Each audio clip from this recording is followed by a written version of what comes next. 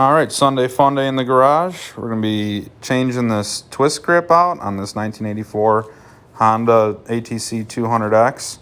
I got new ODI locking grips. That's the first set I got. Pretty excited about that. And then we got the thumb throttle here and a new ProMotion cable. Twist grips just don't seem to work on three-wheelers, at least for me. Let me know what you guys think in the comments below. All right, first thing you have to do is take off the grips. We're going to take off the rear plastics here in a second. Then the tank has to come off so we can access the carburetor. Tank is only held on by 2 rubber grommets, so you just take those 2 bolts out. And then the front are just 2 forks that grab onto other grommets, so it comes right off. Disconnect the fuel line. Now we have access to everything, so switch out the cable first, and then we'll get into the carb. All right, well, we're in here. I never had this carb apart yet, and looks like there's some buildup and stuff on it, so I'm going to take advantage of being into it and pull it real quick, give it a nice clean. This thing should run like a top then.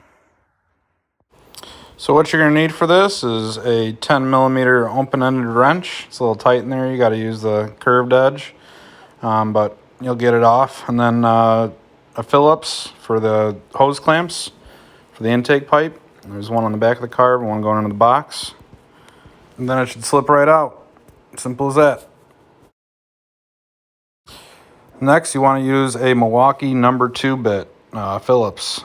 This way you will not strip out your screws on your carb. Very easy to do. It's got a snub nose on it. An impact is recommended for the bowl just to get the screws loose without stripping them. And then just take your jets out, clean them up, blow them through, pull them through the wire, and you're all set. Back in business. And since you're already in there, this really only takes 15-20 minutes. Take it all apart. And look how nice it looks afterwards. You know it's going to run good too. Now it's just a matter of putting everything back together. Putting the new throttle cable on there and getting that thumb throttle positioned correctly, so we're happy with it. So that should take a little bit of adjusting, but we'll get it dialed in. And it was actually pretty nice on Sunday, so I ended up popping the garage, getting it outside, finish up setting up the lever and turning it over. Make sure it wasn't idling too high or grabbing too hard. So this is what it looked like all said and done.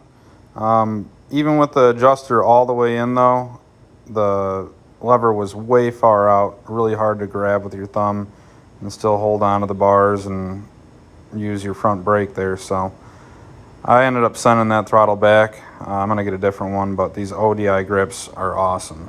Highly recommend them. Do not recommend this thumb throttle.